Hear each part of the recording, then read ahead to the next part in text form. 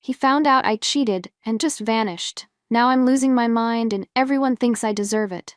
Yeah, that's the mess I'm in right now. I'm Raven, 26, and my life just imploded in the most surreal way possible. I'd been with Nicholas for 4 years, lived together for 2 of those, and everything seemed fine until last month.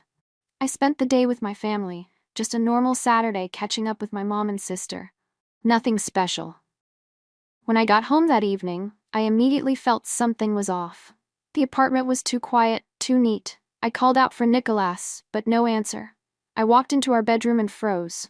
His side of the closet was empty. The drawer where he kept his watches and cologne, cleared out. The bathroom cabinet, half empty. It was like someone had surgically removed every trace of him from our apartment while I was gone for the day. No note, nothing, just gone. I immediately called his phone, straight to voicemail. Texted him, no delivery receipt. Checked Instagram to see if he'd posted anything, and discovered I was blocked. Same on Facebook, Snapchat, everything. It was like I'd been erased from his digital life in an instant. I started panicking, calling our friends, asking if they'd heard from him. Nobody knew anything, or at least that's what they claimed. The weirdest part was how he divided our stuff. We'd bought furniture together, kitchen appliances, all the things couples accumulate over years, but he only took what was undeniably his. The coffee maker he'd brought into the relationship, gone. The couch we'd picked out together at IKEA, still there. It was so calculated. So final. By the 3rd day, our mutual friends started reaching out more, asking what happened. They seemed concerned, for both of us. That's when the questions started. Did something happen between you two? Did you have a fight? I told them I had absolutely no idea, that everything had been completely normal. But that wasn't exactly true. I couldn't sleep, couldn't eat. I started having these intense panic attacks, hyperventilating, chest pain, the works. 1 week in, I was at my breaking point. I'd left probably 50 voicemails, sent hundreds of texts, even tried to reach his parents who just said, "Nicholas is fine, but he doesn't want to speak with you." It wasn't until Tasha, my supposed friend, came over with that look, that pitying but slightly judgmental look, and asked in this careful voice, "Raven, is there anything you need to tell me? Anything that might explain why Nicholas left?" The way she asked it, I knew. Somehow, he knew about Julian. But how? I'd been so careful. At least I thought I had. I maintained my innocent act, of course. "What are you talking about? Everything was perfect between us," I said, my voice cracking appropriately as fresh tears came. And they were real tears. Real panic, because my carefully constructed world was crumbling around me, and I was losing control of the narrative. The truth? Things with Nicholas hadn't been perfect for a while. He'd been working longer hours at his firm, climbing the ladder, always tired when he got home. We stopped talking about anything meaningful. Sex became routine, when it happened at all. I felt invisible, taken for granted. Then Julian started at my office 2 months ago. He noticed me in ways Nicholas hadn't in years, complimented my ideas in meetings, asked about my day and actually listened to the answer. One happy hour led to drinks alone, which led to his apartment. I told myself it was just physical, just once, something I needed to feel alive again. But it wasn't just once. For 8 weeks, I'd been living a double life, texting Julian during work hours, making up girls' nights to see him. Coming home to Nicholas with the scent of another man's cologne washed away in a gym shower. The thrill of it was intoxicating, having this secret that was just mine, feeling desired again. Looking back, there were signs Nicholas suspected something. Questions about why I was working late so often. The way he checked my phone when I left it unlocked on the coffee table. How he started suggesting weekend trips, date nights, as if trying to reconnect. I dismissed his concerns, made him feel paranoid for asking. "Don't you trust me?"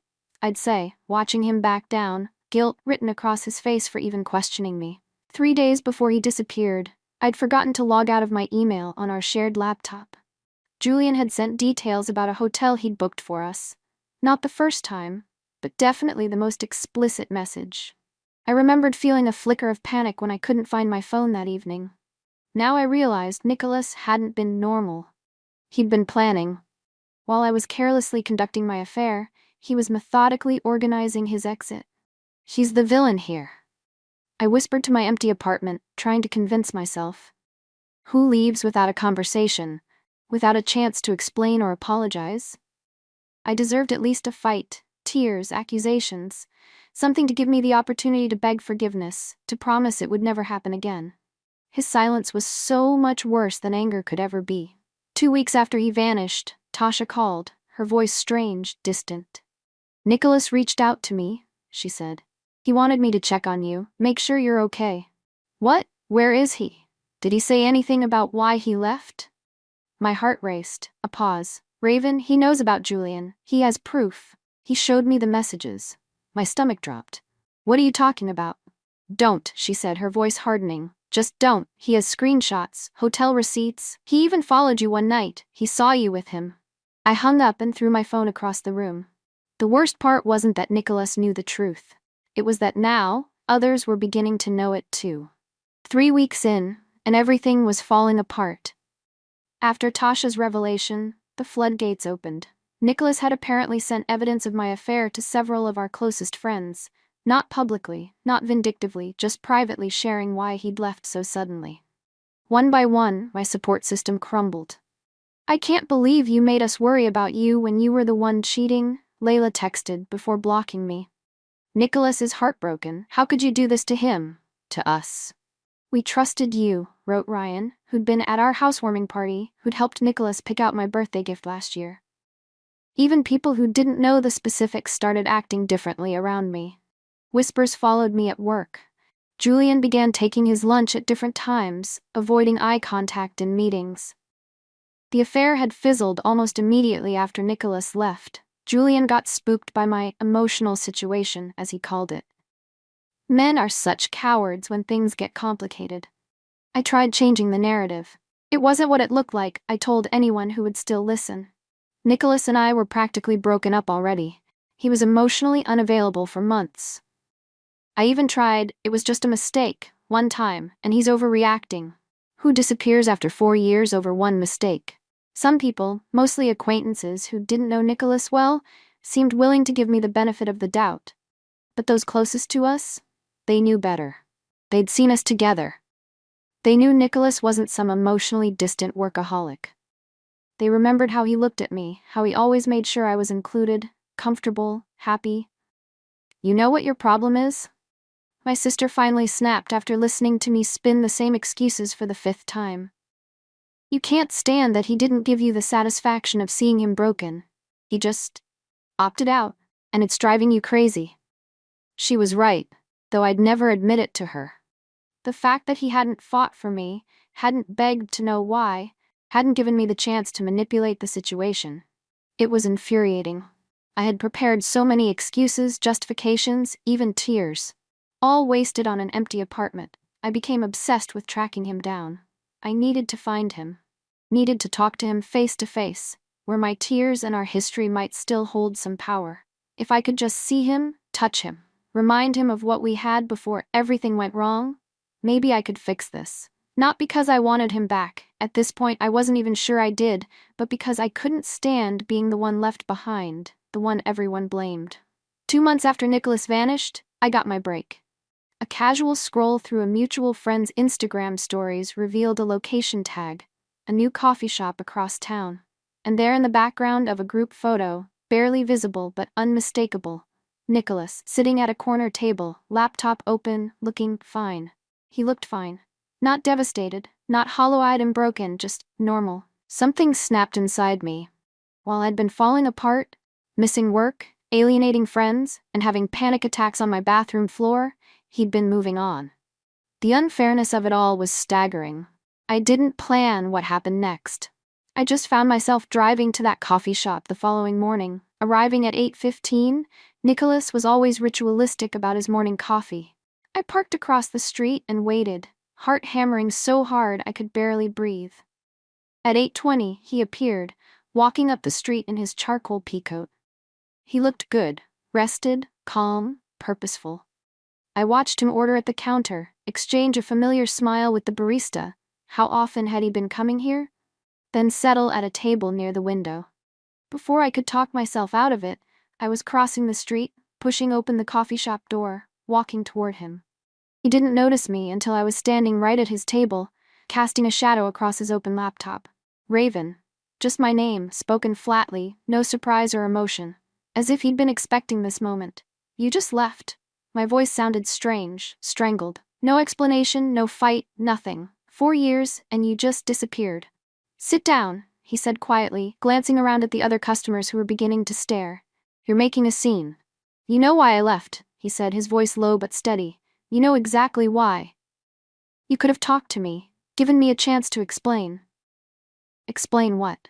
For the first time, a flash of anger broke through his careful composure. How you lied to my face for months? How you were sleeping with your coworker while I was planning our future? It wasn't what you think, I said, falling back on the same defenses I'd been rehearsing. Things between us weren't good. You were always working, always distracted. Stop. He held up his hand. I'm not doing this. I'm not sitting here listening to you rewrite our relationship to justify your choices. Then why did you ask Tasha to check on me? Why do you care if I'm holding up all right? I threw his words back at him, searching for any crack in his armor. Because I'm not cruel, he said simply. I didn't want you spiraling, but that doesn't mean I owe you a conversation about this. You owe me closure. My voice rose again, causing more heads to turn. Nicholas's eyes hardened. I don't owe you anything anymore. You ended our relationship the moment you decided to cheat. I just made it official. The barista approached, concern on her face. Everything okay here? It's fine, Diane, Nicholas said. He knew her name. Of course he did. I was just leaving. He stood, gathering his things with maddening calm. No, I grabbed his arm. You don't get to walk away again.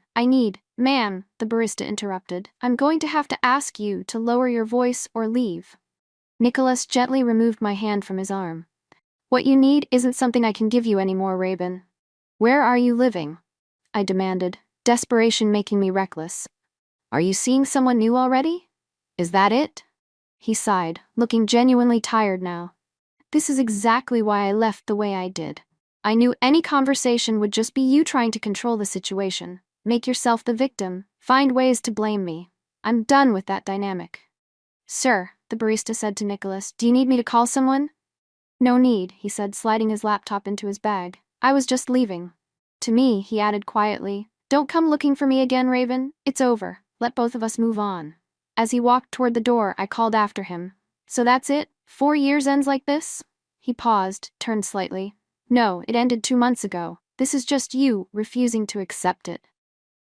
6 months after Nicholas disappeared from my life, I sat in my new apartment, smaller and in a less desirable neighborhood than the one we'd shared. I'd kept my job, barely, though the promotion I'd been in line for went to someone else, Julian, ironically. He avoided eye contact in the hallways now. Some friends had tentatively reconnected after my public pursuit of Nicholas stopped, though our relationships remained strained. You seem better, my sister said over coffee that morning, though her eyes held a question. I am, I replied automatically. The lie came easily after so many months of practice. Work's going well. I'm thinking of taking a vacation next month. Good. She hesitated, then, have you heard about Nicholas? My heart stuttered painfully. Should I have? He's engaged to Olivia, the woman he's been seeing. It was on Instagram last night. The coffee turned to acid in my stomach. 6 months. 6 months from discovering my affair to proposing to someone new. The cosmic unfairness of it burned like bile in my throat. At home, I broke my 6-week streak of not looking him up online. There it was. The announcement, the ring, the glowing comments from friends. Our friends. Congratulating him on finding someone who deserves you. Celebrating their perfect match. One comment from Tasha stuck out painfully. So happy you found your person after everything. You deserve this happiness more than anyone. I scrolled through photos of them together. Hiking, at parties, cooking in what must be his kitchen. She fit seamlessly into the life that was supposed to be mine. In each picture, Nicholas looked relaxed, genuinely happy in a way I couldn't remember seeing in our later years together. The most painful realization wasn't that he'd moved on. It was that he seemed better off without me. Happier. More himself. While I was still stuck in the wreckage of what we'd been, he'd somehow emerged stronger, finding someone who apparently made him happier than I ever had. My phone pinged with a notification. A group message from Layla to several old friends, including me. Probably by accident. She was organizing Nicholas and Olivia's engagement party. The message included details of the venue, an upscale rooftop bar downtown. 3 glasses of wine later, the idea had metamorphosed from unthinkable to inevitable. I would go. Not to cause a scene, I told myself I was past that stage of grief. Just to see them together with my own eyes, to understand what she had that I didn't. To get the closure Nicholas had denied me by disappearing. The night of the party, I spent hours getting ready. New dress, professional makeup, hair styled perfectly. I arrived fashionably late, riding the elevator to the rooftop with hammering heart. The hostess smiled as I approached the private section reserved for the party. Name? Raven Mitchell, I said confidently. I'm with the engagement celebration. She checked her tablet, smile faltering. I'm sorry, I don't see your name on the list. Raven? What are you doing here? I turned to find Layla staring at me, champagne glass in hand, confusion giving way to alarm. I got the invitation, I said, gesturing vaguely at my phone, the group message. Her face fell. That was sent to you by mistake. You know you're not supposed to be here. More heads were turning now. And then through the crowd I saw him, Nicholas, handsome in a navy suit, arm around a woman in a white dress who had to be Olivia. Our eyes met across the rooftop. His smile vanished. His body tensed slightly, instinctively pulling Olivia closer to his side, a protective gesture that spoke volumes about how he now saw me, as a threat. The hostess was speaking into her earpiece now. Security to the rooftop, please. Raven, you need to leave, Layla said, gently but firmly taking my arm. This isn't about you. It hasn't been about you for a long time. Security arrived, 2 men in dark suits with discreet earpieces. Ma'am, we need you to come with us. I'm leaving, I said, snatching my purse. Tell Nicholas congratulations from me. Tell him I hope she makes him happier than I apparently did.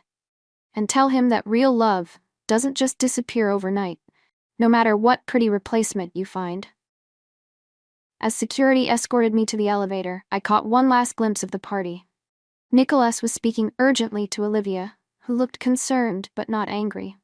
Their friends had gathered protectively around them, shielding the happy couple from the crazy ex's intrusion. In that moment, the truth I'd been avoiding for months finally crystallized. I was the villain in their story. The obstacle they'd overcome, the cautionary tale they'd tell at dinner parties years from now. My phone buzzed in my purse, probably my sister, who'd be hearing about this disaster within minutes from someone at the party.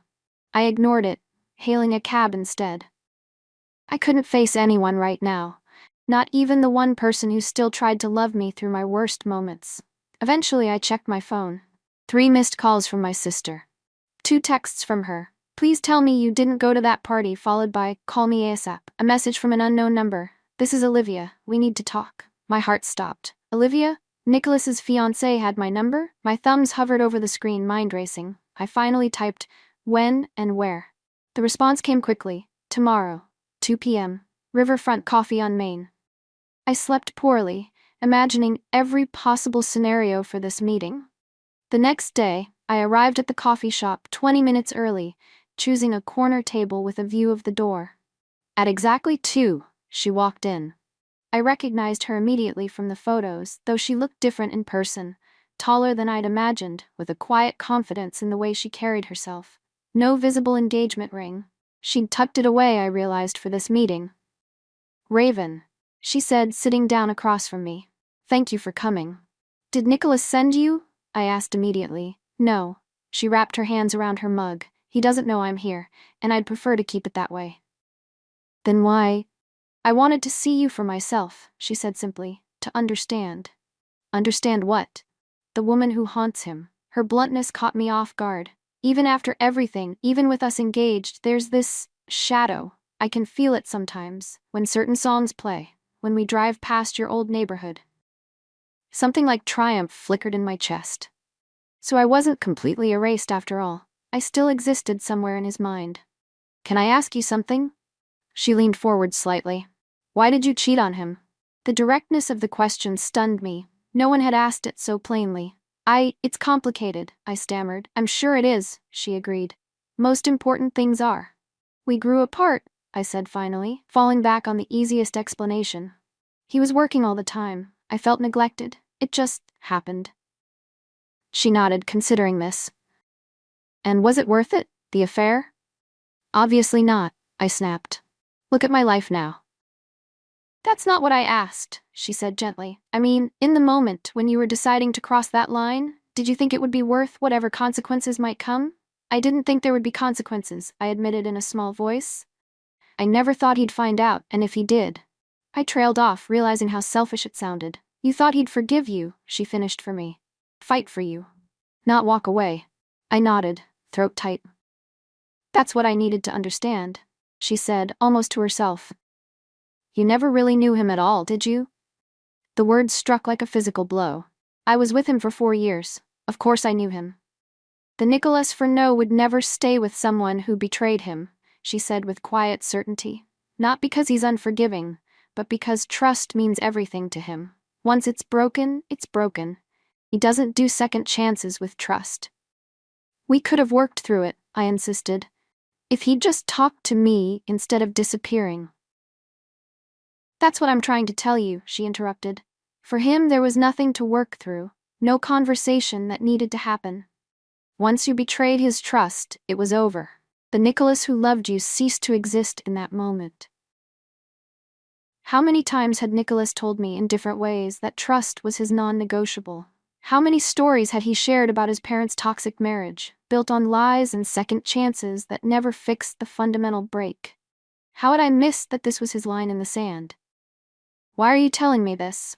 I asked, voice barely above a whisper. Because you're still waiting for a different ending, she said, still convinced there's unfinished business between you. And as long as you believe that, you can't move forward. Neither can he, completely. Neither can I. Is that what this is? I gestured between us. You helping me move on so your relationship can be shadow-free? She considered this.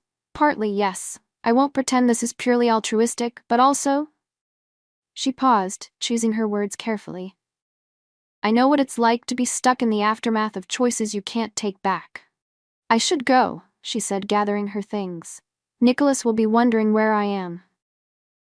As she turned to leave, a final question burst from me. Are you happy? Together, I mean? She paused, then looked back with a small, genuine smile. Yes, we are. And someday, Raven, I hope you find what makes you happy too. But you won't find it looking backward. For the first time since he'd vanished from my life, I truly understood.